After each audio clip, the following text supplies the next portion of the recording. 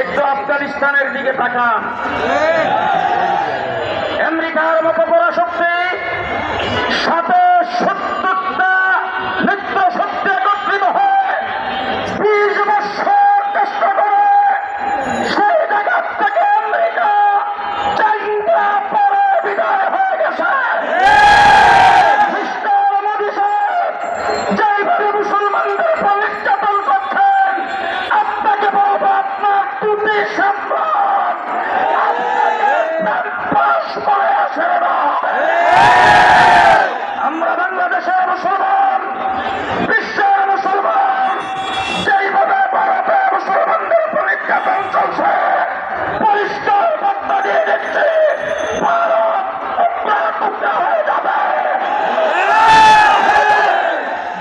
সংগ্রামী ছাত্র মন্ডল শেষ কথা বলতে চাই।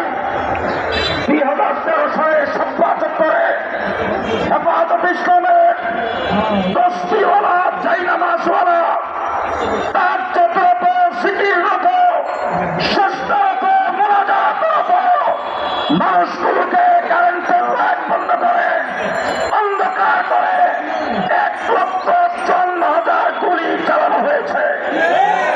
বাংলাদেশে অনেক সংগঠনকে সন্ত্রাসের দায়ে বিলুপ্ত করেছেন।